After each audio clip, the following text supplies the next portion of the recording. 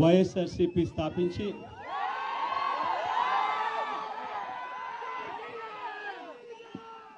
15 సంవత్సరాలు దాదాపుగా ఈ రోజుతో మొదలవుతా ఉంది.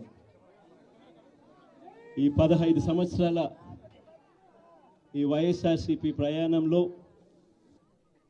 మొట్టమొదటి రోజు నుంచి ఈ పార్టీ పుట్టింది కష్టాల్లో నుంచే పుట్టింది.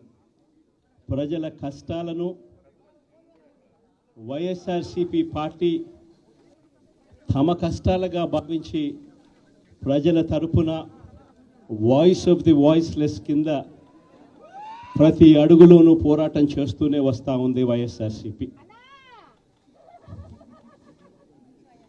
ఈరోజు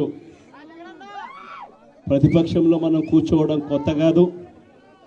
ఈ 15 ఏళ్ల మన ప్రయాణంలో 10 సంవత్సరాలు మనం ప్రతిపక్షంలోనే ఉన్నాం.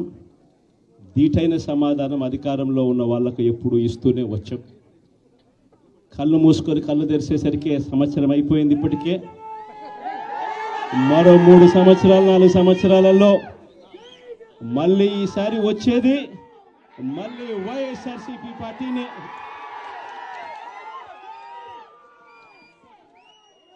ఈరోజు వైఎస్ఆర్సీపీకి సంబంధించిన ప్రతి కార్యకర్త కూడా గ్రామంలో ఉన్న ఏ ఇంటికైనా కూడా వెళ్ళొచ్చు.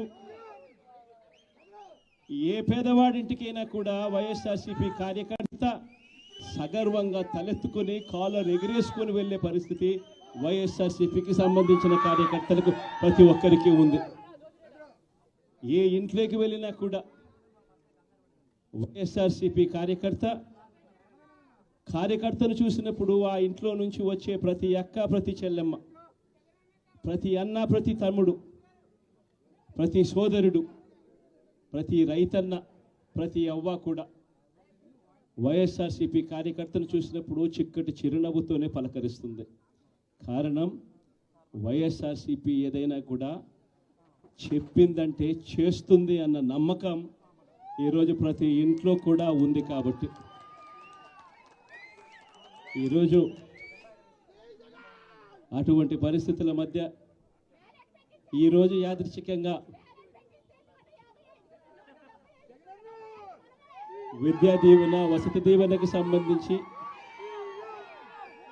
పిల్లలకు సంబంధించిన అన్యాయాలకు సంబంధించిన జరుగుతూ ఉన్న అన్యాయాలకు సంబంధించిన విషయాల మీద ఈరోజు యాదృచ్ఛికంగా ప్రొటెస్ట్ కార్యక్రమం కూడా జరుగుతూ ఉంది.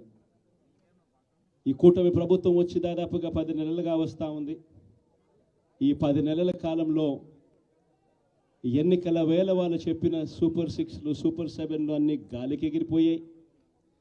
వ్యవస్థలన్నీ కూడా చదువులు కానీ, వైద్యం కానీ, గవర్నెన్స్ కానీ, వ్యవసాయం కానీ ఏది చూసుకున్నా కూడా వ్యవస్థలన్నీ కూడా నిర్వీర్యమైపోయిన పరిస్థితులు కనిపిస్తూ ఉన్నాయి.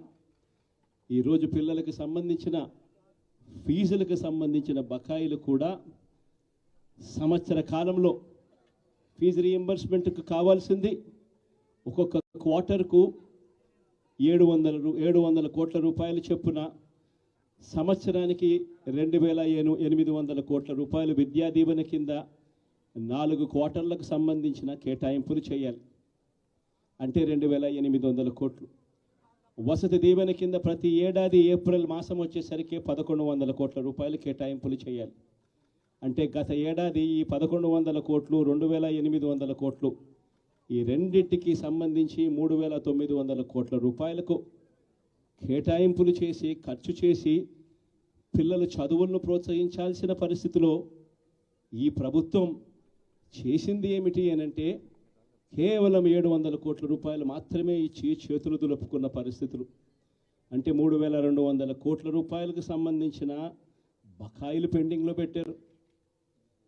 అదే మాదిరిగా మళ్ళీ ఈ సంవత్సరం 2024-25 2025-26కు సంబంధించిన ఈ సంవత్సరానికి సంబంధించి ముందుకు పోవడానికి ఈ సంవత్సరానికి సంబంధించిన విద్యా దీవెన కింద 4 కోట్లు, ఈ విద్యా దీవెనకు సంబంధించి ఈ 2800 కోట్లు మళ్ళీ కావాలి, 1100 కోట్లు వసతి దీవెన కింద కావాలి. ఇవన్నీ కూడా కలిపితే మరో 3900 కోట్లు.